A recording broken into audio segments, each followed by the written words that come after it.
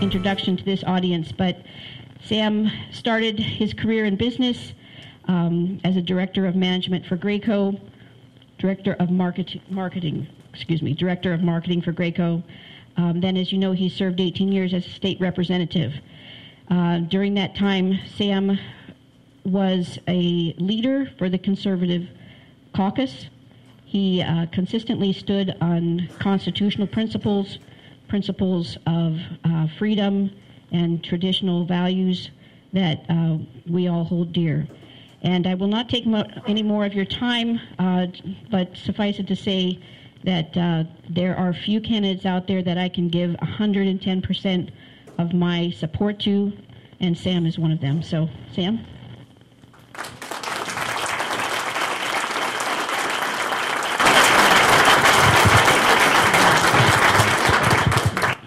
Thank you, Jamie, for that introduction, and Dan for leading in prayer, and for Carol, thanks for singing again. I never weary of hearing that song. I'm sure everybody here, I know everybody did, enjoyed that so much.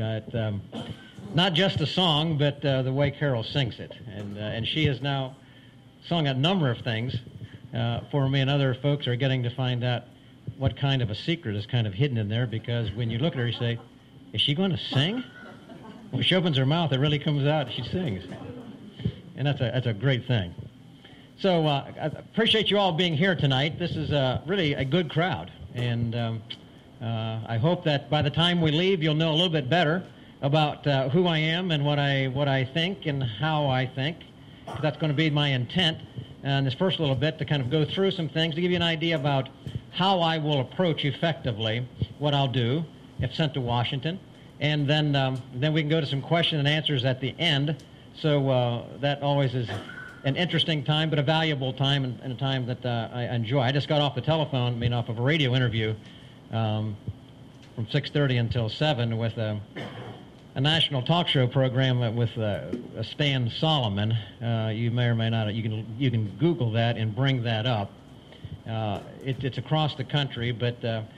They were quizzing me on my positions, primarily constitutional positions, and what I would do if I got into the Senate, and how people could know that I meant what I said, and so forth. It was really a good half hour. They're going to take and replay that a number of times, and so if you want to find out how I answered, because when we got done, they said, now, you know that what you just said is going to be replayed and repeated many times. Millions of people across the country are going to hear this. So you are intending to stand by it. I said, look, I have no problem standing by what I just said, because what I just said is what I've been saying for a long time. And I'm not going to change when I go to Washington. But nonetheless, you can kind of, if you have time, you can bring that up and see how they do it. I don't think they'll edit it. So with that being said, just want to thank you for being here. And the mere fact that you're here, to me, is an indication that you are among, I don't know, perhaps a minority, I wish it was a majority, who are concerned about this election in 2012. If you weren't concerned, you wouldn't be here. But this is a very critical election. I think you all are aware of that. In many respects, I think that this perhaps is an election that may be the most important in our lifetime. Because I think the last several years, we've really been seen come into close focus the fact that we really are in this country, we're on really two different paths. There's a path that's laid out before us, which I would say would be represented by most all who are here tonight, and that is a path of governance where we would like it to be in this country, something that reflects more like a republic, where we have our constitutional protections and freedoms like we used to know this nation to be. That's one. But the other path that we're being tugged toward, which I'm afraid right now there's a bit more oomph behind that one, and that's a pathway that takes us to European-type socialism. And there's a lot of push to go and take us that way as government becomes bigger and bigger and is held up as the solution to our problems, which we know it's not. But those two paths, as I view the importance of this election, it's just the election of a different person, a president or a senator or of other people. It's really, which of these paths are we going to embrace? Which form of government are we going to say we want to be on? Because these two paths are not parallel like a train track that can run on into the distance and never touch each other. These are mutually exclusive. One will prevail. We cannot have half constitutional republic and half socialist republic. We will become one or the other, and I think that is what we feel so intently here in this country today, and why I think this election is so critically important. A lot of folks ask me, as I've traveled the state, and they say, Sam, do you think that we've already perhaps maybe gone too far down this one path? Are we going to be able to come back? You know, are we going to be able to bring that ship of state safely back into secure moorings, or have we already gone too far? And my answer, as I've carefully thought this thing through, my answer is this. I say, well, I believe that, in fact, we can bring the ship of state back safely into safe moorings, but the window of opportunity is rapidly closing. And we're going to have to move with post-haste if we're going to do it.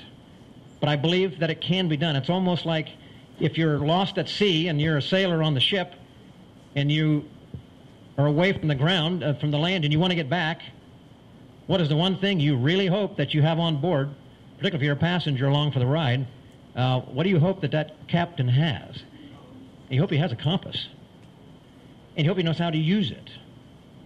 Because it does no good lying in a drawer unless he just pulls it out. But a compass properly used gives you confidence.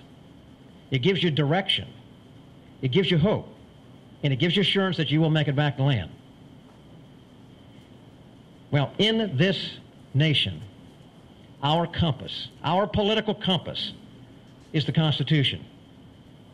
It is that document that can guide us safely back home. The Constitution, as you all know, and I'm speaking to the choir here, so I don't have to instruct this group, but you all know that it is that Constitution that alone stands between world government and freedom. It is that one document that separates us from being a representative republic and a socialist democratic republic. It's that one document that has been so attacked, and frankly today is being so dreadfully attacked, because it stands as the barrier between what those who want big government to become and what we understand to be power residing in the people. It is that document. You know, that document didn't come about in just 2 weeks of time down in Philadelphia. It didn't come about in 3 weeks or 4 weeks. There was a lot of input over a lot of time that ended up creating what we have now embodied in our Constitution. And many individuals played key roles, but one person who played perhaps the key role, in my opinion, is our own William Penn here in Pennsylvania. William Penn was viewed by Ben Franklin and Thomas Jefferson as the father of the founders. And I didn't really know that until some years ago. And it raised my estimation of the role that this man played in giving us what we have. The father of the founders. It was William Penn who laid out in 1682 his framework of government. And in that frame of government, it was Penn who laid out the broad concept that you could, in fact, have a government that had not happened before, but have a government where the foundation was based in the concept that people were created equal and were given rights by God, and that based on that basis, government was there to protect those rights. That's William Penn. Laid down the foundation. It was Penn who then, as we know, he came here and took this piece of ground as a payment of a debt that the king owed his father. And he could have made himself king. A lot of people don't know that, but he could have proclaimed himself king. But he chose not to, because he said, he realized that God had given him this land, and he had to be very careful how he dealt with it. And so Penn laid out his vision for what this concept, yet a dream, could become. And that vision wraps the rotunda in Harrisburg today. So if you go to the Capitol and you look in the rotunda, you'll find on 3 different layers of the rotunda what I'm just going to say. It was his vision. He said something to this extent, that there may be room there for such a holy experiment. For the nations want a precedent. He said, my God shall make it the seed of a nation, that it may be lifted up as an example to the nations. He said that we may do that which is truly wise and just. That was the vision, a holy experiment. An experiment, he used that word carefully, because no nation in the history of the world, no government in the history of the world had ever allowed their people to experiment with the concept of self-government. The idea that you actually could have a nation, free nation, where people could govern themselves, had the ability to make decisions for themselves that would not take into account them stealing somebody else's property or harming their neighbor, that they could govern themselves. An experiment. But Penn knew, because he knew the nature of man, that you couldn't just turn people loose without any control and expect them to naturally do that was right. And he said, unless they govern themselves according to the Ten Commandments. Because it was the Ten Commandments that lays out the concept that, which underpins now Western law, our justice system. The concept that is, it is not right to lie. And it's not right to cheat. And it's not right to steal somebody else's property or commit adultery or any of those things that are laid. You know, he said if people could govern themselves according to that standard, this experiment might just work. And he believed that it could. And he said if people elected others to office who believed and conducted themselves according to that, we could maintain this experiment. So this holy experiment, and Penn believed it so strongly in that truth that he inspired what later came about 100 years later, those 56 men who stood up, who went to the plate and put their signatures on the end of that document that we call the Declaration of Independence, where they acknowledge that rights come from God. It's government's responsibility to protect those rights, not to abridge them or take them away, and that was the role of government, therefore limited. And then they laid out all those charges against the king and said, you've overstepped, and now we're going to step out, and we are going to now step into the gap, and we're going to do what we believe we are called to do. And those 56 men, when they put their signature on that document, they put a target on their back, because before the law they committed treason. And they knew, and they had to discuss ahead of time, and they did. Was it going to be worth it to have the government hunting them down, perhaps arresting their families and their children, and taking their wealth? They had to think it through, and they did think it through. But that's why at the end of the document they said they were willing to sacrifice their lives and their fortunes and their sacred honor. And many of them did lose their wives. Most all lost their possessions. Some lost their children. But had they not done that, we wouldn't be sitting here tonight. So I look back at what those who have done before us have done to give us what we have, and it makes me think today that perhaps we ought to have a bit more of a thought like they did and say, we're being challenged today in our republic. Do we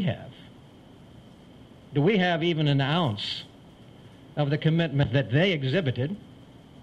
And are we willing to risk our convenience? We're not talking about risking our lives. We're just talking about risking some time and some energy. Are we willing to risk that to keep what we have been given?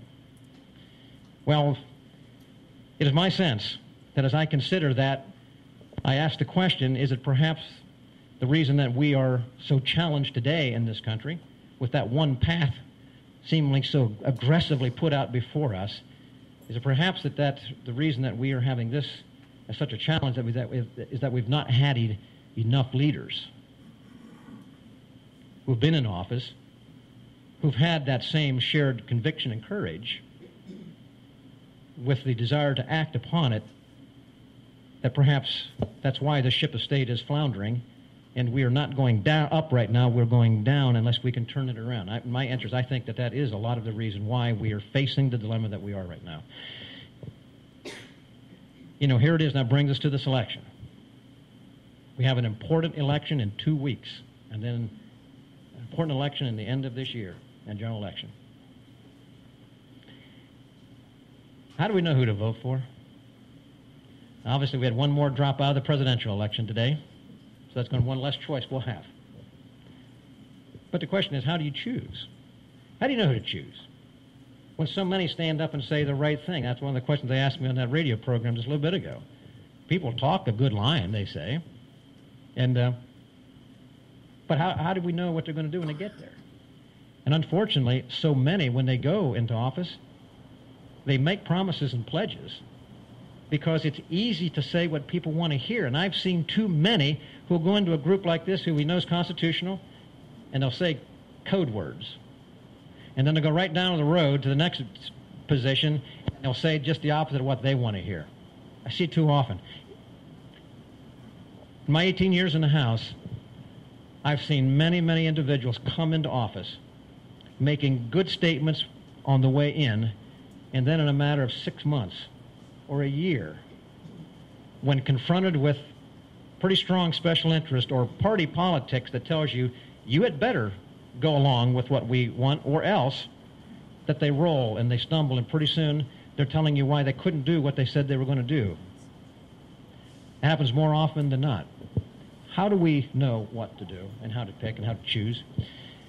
When I was a young and teenager, I was at a youth camp one year, and the director pulled all the young men together, and as good advice for young men, talked with us about how to make good choices. And we have 5 sons and 1 daughter, and we've been through that with helping them to make right choices, because good choices give you good consequences, and bad choices give you very bad consequences. So it's very important what we choose and how we choose. And he kind of gave some guidelines, 5 simple principles of how to make good life choices. And I wrote them down on a little piece of paper, scrap of paper. I stuck it in my wallet, and I carried that with me the balance of my high school years. I carried it through college, to my first 15 years in business, and I literally carried it to the floor of the Pennsylvania House when I was elected. And I'm sitting there, beginning ready to make some of the first difficult votes, and there were some questions that I had, and I pulled it out, looked at it again, and I said, well, you know, this was good for life choices, but it doesn't have the capacity to deal with a comprehensive vote on a wide issue of policy. Need to come up with something that fits the criteria. And so I began to note some of the other individuals that were in the House who I didn't know before I got in, but I began to know them by their votes. Got a group together and said, hey, I think we are a whole lot alike. Why don't we stand together and begin operating together as a group? And I formed what we termed the Commonwealth Caucus. It was a bipartisan pro-growth caucus. And I said, one of the things I think we ought to do is we ought to pull together ourselves around our votes, because it's our votes that are going to mark who we are. It's our votes that outlive us. So let's talk about how we can cast our votes in a consistent fashion, and came up with a voting checklist. And you may have picked that up when you came in, but that voting checklist is what then I followed during my term in office in Harrisburg, and it's what I will carry with me to the floor, to the Senate in Washington. And I have been to Washington. I've showed this now to a couple of our good senators that we would all know, guys like DeMint and some others, who when they saw it, they said, where did this thing come from? This is beautiful. This is great. And I said, well, help me to come down and we'll use it together. Because we can use it. And I said, I know what the difference it made up here, but let me walk through what those points were and give you an example of how it applies. And then we'll wrap this thing up here. First question I would ask was, and I would not give a yes vote until all the criteria were met. First question was, is it moral? Ask that question, first of all, because my understanding is rights come from God, not government. Therefore, moral law transcends man's law. So is it moral? And that kind of question would kept me, if for other reasons too, but this alone was the cause of why I would never ever cast a vote for anything, for instance, that provided funding for abortion. It's immoral to kill people. I'm not going to vote for that. Also, it applied to other things. I remember one debate in the House, and I would not vote for it because it dealt with, in my opinion, the improper use of eminent domain, which effectively is government stealing somebody's property. Number of applications on it. Second question, is it constitutional?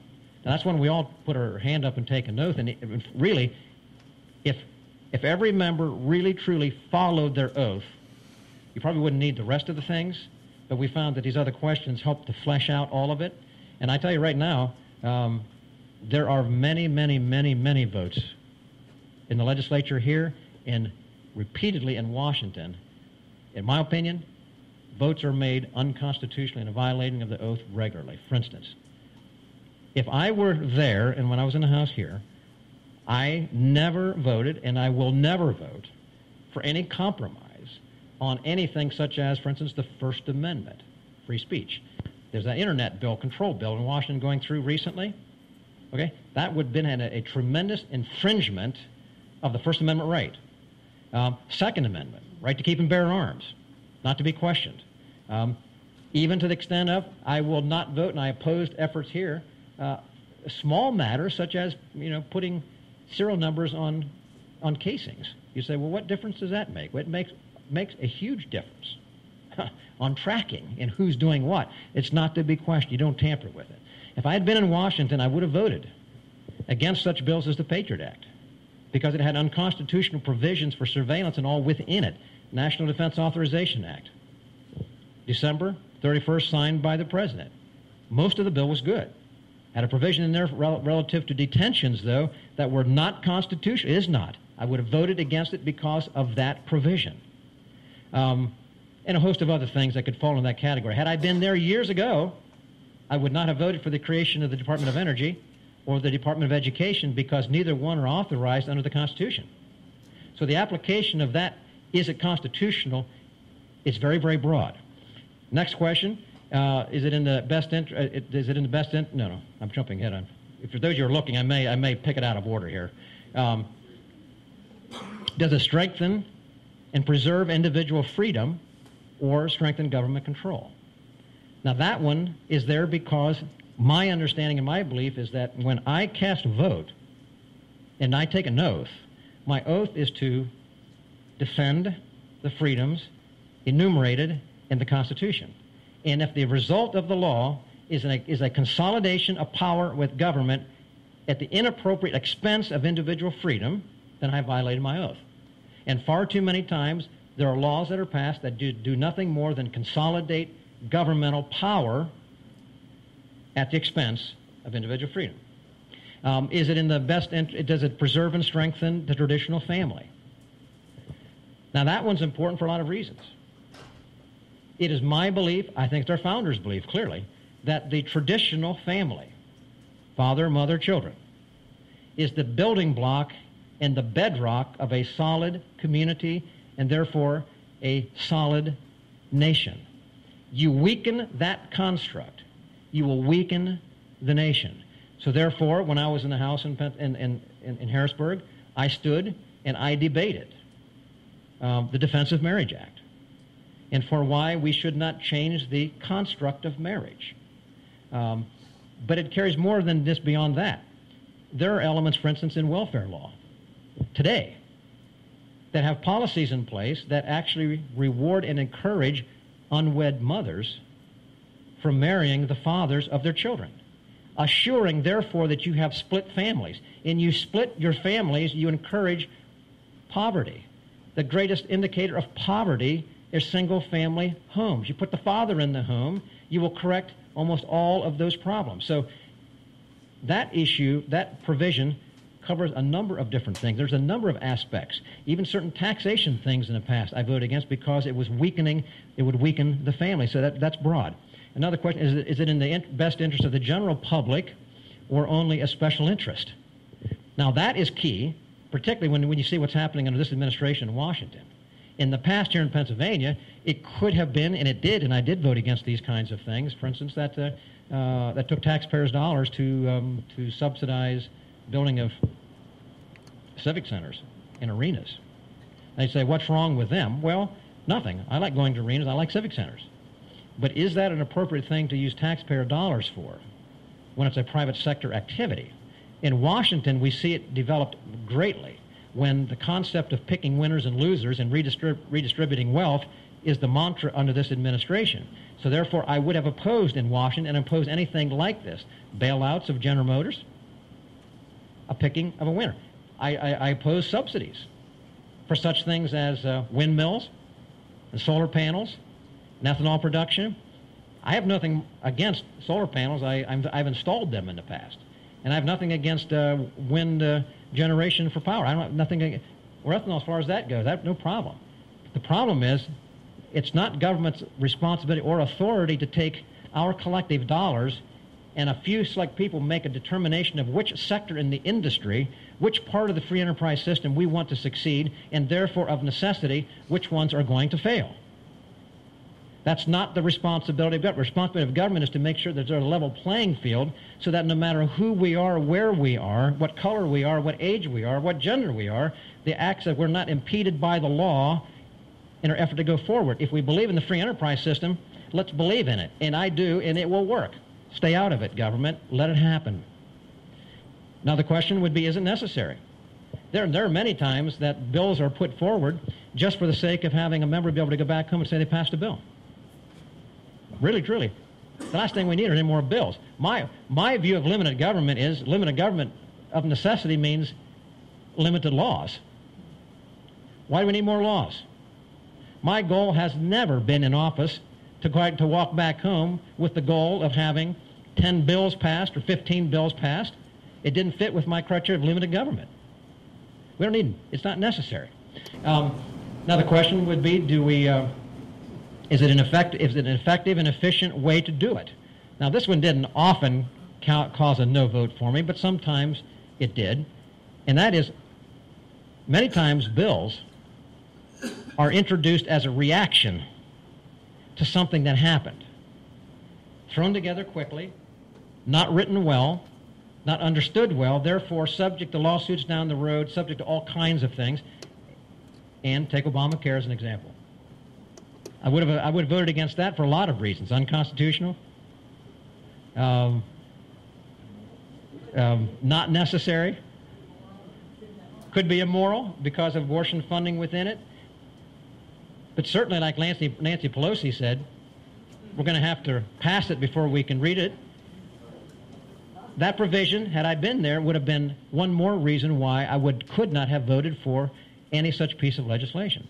Another question was, do we have should it be done on the state level? I asked a question here. Go to Washington, should it be done on the federal level? Effectively, that's most of the time picked up by, is it a constitutional question, but not always. And then the last question was, do we have the money to pay for it? Do we have the money to pay for it? Washington, had they observed just that one alone, we would not be sitting here right now in the most precarious position financially, economically, that this nation has ever been in, where we literally are jeopardizing the economic security of the world by our failure to live within our means. And there are consequences to spending what we do not have and borrowing from the future, which means our children are saddled with a debt they can never repay, and it's going to come due in our lifetime. Not our children. It's coming due right now before us. A simple question. Do we have money to pay for it? That's my checklist. That's what I followed. That's what I'll follow if I go to Washington. So now we look and we say, all right, what's the solution here? Well, I think we must be careful who we choose and put into office those who will not sacrifice liberty for advancement and promotion and position, which we know is the temptation of any time when you're in a position of authority. And I think we have suffered because we have had too many like that, and we've had too many who've been there who maybe they never ever knew what that compass was all about. I am shocked at the number of folks who are in office who have never read it. Even though they have taken an oath to support and defend it, they have never read it.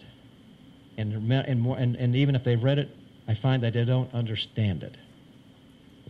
Some have just set it aside. It's gotten rusty.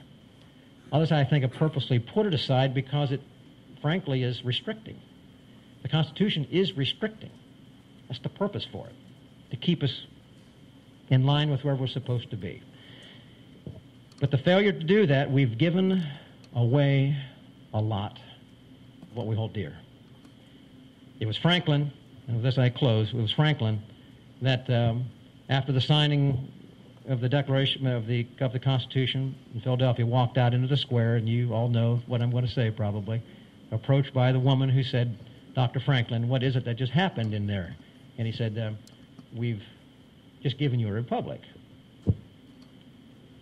If you can keep it. If you can keep it."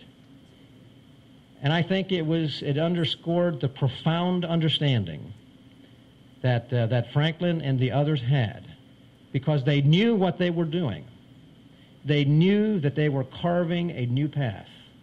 They knew that they were fulfilling Penn's vision, where he said, "My God shall make it the seed of a nation." They knew that they were putting into place something that people in the past had only hoped for.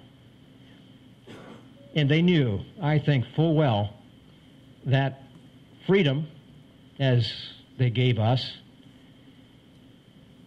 is not easily come by. And it's not, and to put it in computer terms, it's not the default position. Tyranny and bondage is the default position of every civilization, not freedom. And that the temptation was to give it away for people who, because it's to some degree it is work to self-govern. There's a certain risk that goes with self-governing, but the benefit of it is freedom. There may be a niceness about trusting government to do everything for us, but the government can do everything for us, will soon take everything from us. I'd rather err on the side of the risk of self-government and freedom than giving up and trusting somebody else to think for me. A republic, if you can keep it. Well, we've got an election here before us. I think it's clear to me, as I've thought it through. Now, I try to evaluate candidates who are willing to stand on a set of principles, not compromise them, operate with conviction and courage and transparency. And I can honestly tell you that my time in the House has given me a tremendous opportunity to think through the elements that undergird who and what we are. And I take it very seriously. I understand it. I have stood on it. I will protect it, and I will defend it with my life. And if I'm sent to Washington, you can be assured, because now you know how I think, that where I've stood here is where I'll stand in Washington. Thank you very much.